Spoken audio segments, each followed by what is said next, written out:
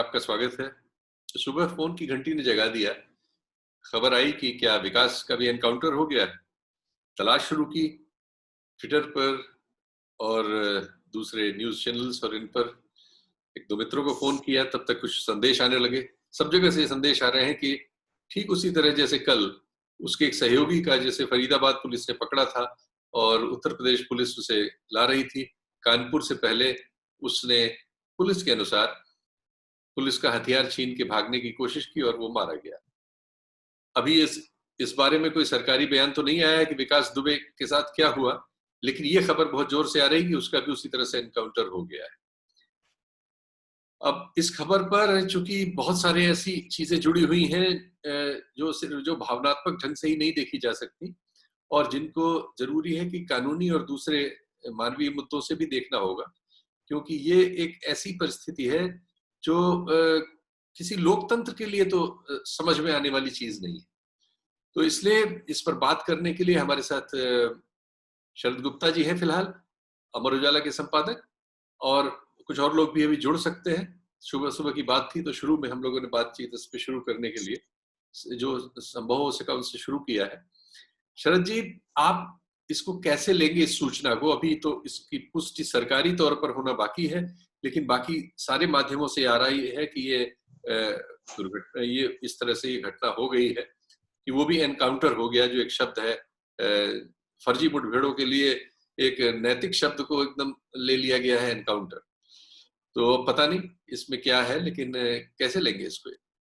शीतल जी, देश में कानून बना हुआ है जी, सुप्रीम कोर्ट की गाइडलाइंस हैं जी, दो अलग अलग केस में, एक उत्तर प्रदेश के केस में 2018 में और इससे पहले भी एक दूसरा केस था 2014 का।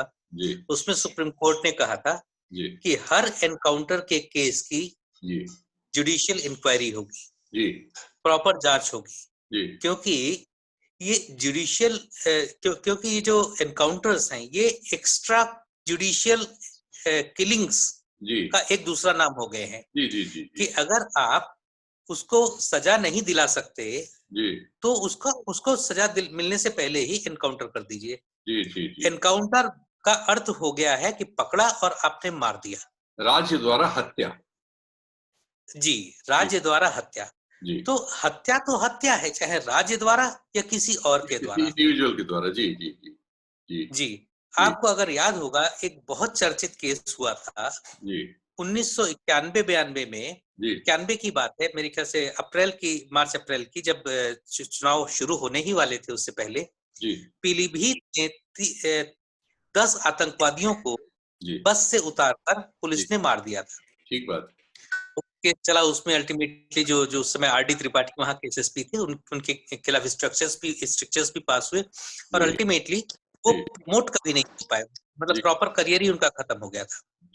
तो लेकिन ये one of those rare cases था। ऐसा नहीं कि इससे पहले नहीं हुए, ऐसा नहीं कि उसके बाद नहीं हुए, लगातार ये एनकाउंटर्स हो रहे हैं और ये दिखाता है कि हमारी कानून और व्यवस्था में, कानून के राज में विश्वास खत्म हो रहा है। तो और दूसरी चीज है, यह भी माध्यम बन गया है कि हम कुछ छिपाना चाहते हैं।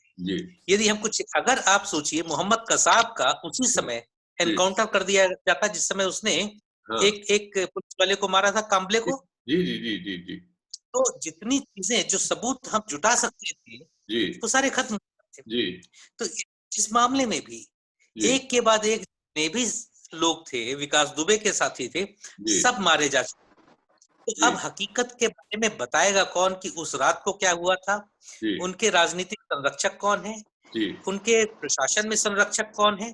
बताने वाला कौन है? तो ये एक बहुत दुखद स्थिति है। इस पे मुझे लगता है कि सुप्रीम कोर्ट को सुओ मोटो नोटिस लेके तुरंत इंक्वायरी करानी चाहिए, और वो भी राज्य सरकार के किसी व्यक्ति से नहीं, बाहर के किसी हाई कोर्ट या supreme court. Supreme court monitoring body होनी चाहिए। और ऐसा नहीं कि मेरा शीतल जी, ऐसा नहीं कि मेरा विकास दुबे के प्रति कोई सहानुभूति है, कोई प्रेम है। वो इतना हीनियस क्रिमिनल था, उसको सजा मिलनी चाहिए थी, लेकिन कानून के सजा कौन देगा ये तो तय होना चाहिए। सजा कौन देगा? सजा अगर राज्य देने लगेगा तो ये कोई व्यवस्था रही नहीं जाएगी। राजकेश्वर जी, क्या आप हमारी बात सुन पा रहे हैं? बिल्कुल बिल्कुल। राजकेश्वर हमसे जुड़ गए हैं, जो अभी कुछ दिनों पहले तक सूचना आयुक्त थे उत्तर प्रदेश के, पुराने पत्रकार हैं और इस मामले पर उनकी भी नजर है, अभी हमारे पिछले प्रोग्राम्स में थे। राजकेश्वर जी, ये खबर आ रही है कि जैसे कल एक घटना हुई थी, फरीदाबाद में पकड़े गए विकास दुबे गैंग के एक व्यक्ति को कानपुर से ठीक पहले एक मुठभेड़ बताकर मार दिया गया था, लगभग वैसी ही खबर आ रही है। वो खबर तो पुष्ट हो गई थी, ये खबर अभी पुष्ट नहीं है, लेकिन बहुत सारे स्रोतों से आ रही है कि कानपुर में विकास दुबे के साथ भी मुठभेड़ हुई है और वो उसमें मारा गया है। हम लोग इस पर बात कर रहे थे, शरद गुप्ता जी अमर उजाला से जुड़ चुके थे। हम लोगों की बात का आधार शीतल जी, बस हाँ, एक बात मैं बताना चाहूंगा कि जो सूचनाएं आ रही हैं टेलीविजन पे भी अब आ गई है कि वो गाड़ी जा रही थी और गाड़ी पलट गई। गाड़ी पलट गई तो क्या हुआ? एक्सीडेंट से उसकी डेथ हुई या वो फिर भागने लगा? नहीं, हाँ, गाड़ी पलट गई। तो गाड़ी पलटने के बाद उसने एक पुलिस वाले की रिवॉल्वर छीन ली जी, छीन के फायर भी किया उस पुलिस की, जो जैसे प्रभात मिश्रा के केस में हुआ कल, वैसा ही ये है, एकदम कॉपी के वैसा ही। बस इसमें इतना ही फर्क है कि उसमें गाड़ी पंचर हो गई थी, इसमें गाड़ी पलट गई। ठीक।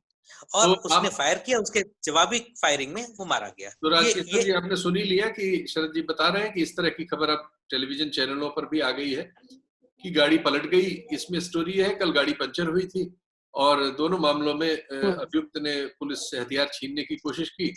और ये कमाल है कि पुलिस हथियार लेकर बैठती है, जब इन लोगों के साथ बैठती है, हथियार पहले हथकड़ी नहीं लगाती है, सोचिए, हथकड़ी नहीं लगाती है, हथकड़ी नहीं लगाती है, कोई सुरक्षा नहीं करती, और जो अपने असलहे होते हैं उनको भी छीनने के लिए खुला छोड़ती है। मतलब एक प्रायोजित स्टोरी है, राज्य द्वारा व्यक्ति की हत्या, वो कोई भी हो, क्रिमिनल हो या कोई हो। क्या इसका अधिकार समाज दे सकता है? क्या ये अधिकार हम दे सकते हैं? ये सवाल। देखिए, ये चीजें पहले भी होती रही है, पुलिस मुठभेड़ में अपराधी मारे जाते रहे, लेकिन ये होता था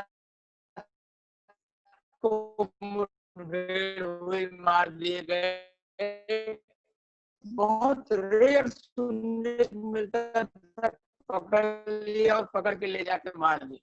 आपको याद होगा कि 90 के दशक में कानपुर से गाजियाबाद पुलिस ने दिल्ली से कुछ लोगों को उठा के लाया, पुलिस लाई थी, तत्कालीन राय, अब तक ये पकड़े जा चुके हैं, फिर वो मारे नहीं गए थे, जबकि बाद में वो लोग पॉलिटिक्स में आ गए। बहुत सारी इस चीज को समझिए कि अब ये हो गया कि किसी कानूनी अदालत की, जुडिशियरी की जरूरत नहीं है, पुलिस तय कर देगी कि किस मामले में केस चलना है, किस मामले में केस नहीं चलना जी। ये बातें जो उठ रही थी, आप सोचिए जरा कि इस बात की वो मार दिया गया मुठभेड़ में, 5-7 दिन से हो रही थी कि आखिरकार वो बात जी।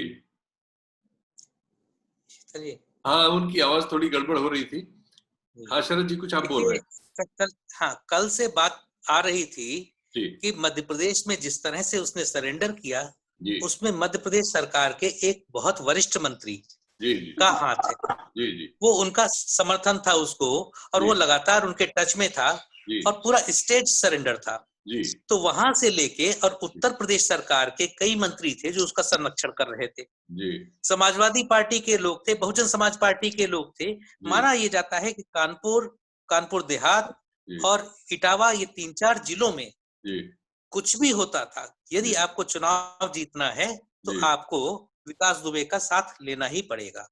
पैसे सप्लाई करता था, वो हथियार सप्लाई करता था, अपने गुंडे सप्लाई करता था। तो चुनाव जीतने के लिए जो बहुत चीजें चाहिए होती हैं, और बदले में ये पॉलिटिशियंस, ये राजनीतिज्ञ उसको राजनीतिक संरक्षण देते थे, और पुलिस तो उसके पेरोल पे थी। तो ये सब तब तक चलता है जब तक आप सबको मैनेज करते रहें। लेकिन जब चीजें काबू से बाहर हो जाती हैं, राष्ट्रीय स्तर पे, अंतरराष्ट्रीय स्तर पे बदनामी हो रही है, तो ये जो आज हुआ है, इससे उत्तर प्रदेश की का नाम उत्तर प्रदेश पुलिस की प्रतिष्ठा में कोई वृद्धि नहीं होने वाली है।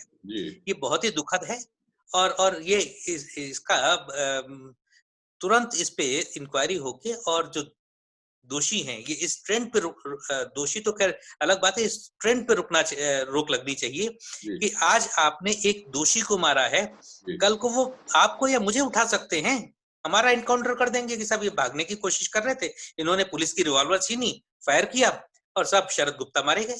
पुलिस किसी को भी एक तमंचा रख के मार सकती है। अब तो किसी भी व्यक्ति को एक तमंचा रख देगी, वो सफाई फिर उसके बाद कौन देगा उसकी? मतलब अब ये पुलिस के हाथ में हो गया। जैसे पुलिस किसी की रिपोर्ट नहीं लिखती, जैसे किसी के को बलात्कार हो जाता है उसको मार के भगा देती है थाने से, और जब तक वो मामला उछलता नहीं तब तक उसकी रिपोर्ट नहीं होती। ये सब हम देख रहे हैं। अब गरीब के लिए तो खत्म हो जाएगा पूरा न्यायिक सिस्टम, वो अन्याय के ही हाथ में होगा जिसके पास पावर होगी। जनरली पुलिस के पास गन भी है और एक कानूनी पावर भी है और एक एडमिनिस्ट्रेटिव उसको प्रोटेक्शन भी मिल जाएगा, तो वो तो इतने अपराध कराएगी कि उसकी कोई कल्पना नहीं की जा सकती। तो ये तो बर्र का छत्ता है जैसे छेड़ दिया गया है। अच्छा राजकेश्वर जी, राजनीति में इससे योगी जी को कितना फायदा होगा? क्योंकि एक पॉपुलर कदम है ये, इससे उनकी एक मैचो छवि बनती है कि योगी जी जो चाहते हैं वो करते हैं, गुंडे बदमाश उनसे कांपते हैं और जनता भी कांपती है, मतलब सब डरते हैं उनसे। वो एक वैसी छवि बना रहे हैं जैसी एक जमाने में गुजरात में हमारे जो इस समय केंद्रीय नेतृत्व के लोग हैं, इन लोगों की छवि थी। कुछ उससे और बड़ी छवि लेके योगी जी अब सामने आए हैं। इससे उनको देशव्यापी राजनीतिक लाभ होगा, क्योंकि एक बहुत बड़ा समाज हमारे देश में है जो दुनिया के कानूनों को, देश के कानूनों को, संविधान को, न्यायप्रियता को और कानून के राज को जरूरी नहीं समझता। माइट इज राइट को ज्यादा बेहतर समझता है। वो मध्य युग में जीता है, उसके लिए तो ये बड़ी वाह का वक्त है। हो सकता है कि वो तालियां बजाए इस पर, और उसकी बड़ी संख्या है। वो जो आपने कहा निश्चित तौर पर ये बात है कि इससे वाहवाही होगी, और योगी जी की कुछ मामलों में, इन सब मामलों में वाहवाही होती है, और उनका जो प्रचार तंत्र है वो उसको बहुत बढ़िया से एस्टेब्लिश भी करता है। जब से योगी जी आए हैं, इतने इनकाउंटर हुए, इतने लोग मार दिए गए, उस पे दूसरे पार्ट पर किसी दिमाग नहीं जाता कि क्या कानूनी तौर पर ये विधि सम्मत है कि आप चाहे जिसको उठा के मार दो। जो अभी शरद गुप्ता जी ने कहा कि भाई हम कसाब को भी नहीं मार पाए, हम मार सकते थे, तो विदेशी था, लेकिन हमने पूरा ट्रायल करके सब कुछ किया, तो वो चीजें खत्म हो रही। ये वाहवाही तो होगी, और एक बड़ा तबका है जो वाहवाही देगा जिससे उनको पॉलिटिकल लाभ होगा, लेकिन आम जनमानस, कंट्री चलता है, स्टेट चलता है आम जनमानस से, उसके अंदर ये भावना ये जरूर पैदा होगी कि भाई जान सुरक्षित नहीं है चाहे जो, और ये तय करेगी कि आपकी जान सुरक्षित रहेगी कि नहीं, ये तय करेगी पुलिस। और पुलिस कब शुरू तय करेगी? जब ऊपर से उसको इशारा होगा। कि इशारा किसके लिए होगा? जो हमारे पक्ष में गाना नहीं गाएगा, जो हमारे पक्ष में चीजें नहीं करेगा, धीरे से कोई कर देगा, पुलिस उठाएगी। सॉरी। और जो शरद गुप्ता जी कह रहे हैं कि कोई भी आदमी पिस्टल छीनते हुए मार दिया जाएगा, पिस्टल छीनने को। उसमें दूसरी चीज, पिस्टल छीनते कैसे हैं? कि दो अपराधी आपने उठाए, जो शरद जी ने कहा, फरीदाबाद से और यहाँ महाकाल से लेके, आप किसी को हथकड़ी नहीं लगाते हैं। आखिर गाड़ी पलट जाए या गाड़ी पंचर हो जाए तो तुरंत वो कैसे हथियार छीन लेता है? ये तो पूरी तरह से एस्टेब्लिश है कि मार देते हैं। एक आदमी उसके पास बैठा रहता है अपना हथियार। हाँ, उसकी छीनने की हिम्मत नहीं पड़ेगी, नहीं तो वो गोली उतार देगा। लेकिन दोनों घटनाओं को देखिए कि पुलिस जो है हथियार छीनने का प्रयास करती, पुलिस से हथियार छीनने का प्रयास होता है और मार दिया जाता है। तो इससे वाहवाही होना एक अलग चीज है, लेकिन गलत परंपरा शुरू हो रही है, गलत अवधारणा बन रही है, जिससे लॉन्ग टर्म में आम जनमानस को, आम लोगों को भी नुकसान होगा, क्योंकि ये पुलिस तय करेगी किसे मारना है, किसे छोड़ना है। आप दोनों का बहुत बहुत धन्यवाद। अभी हम लोग इस कार्यक्रम को इतने पे समेटते हैं, लेकिन 1 घंटे बाद या 1.5 घंटे बाद हम इस पे जब सरकारी बयान और दूसरी चीजें आ जाएंगी, संभवतः देखते हैं क्या आता है, तो हम लोग इस पर फिर विस्तार से इसकी बात करेंगे। पहले हम दर्शकों तक इतनी सूचना पहुंचा दें। बहुत बहुत धन्यवाद आपका। सुबह सुबह जगा दिया आपको सबको हमने, और वैसे तो ये अजीब सी खबर है, लोकतंत्र के लिए खबर है। Thank you. सत्य हिंदी के और वीडियोस को देखने के लिए हमारे YouTube चैनल को सब्सक्राइब करें और सीधे नोटिफिकेशन पाने के लिए बेल आइकन दबाएं।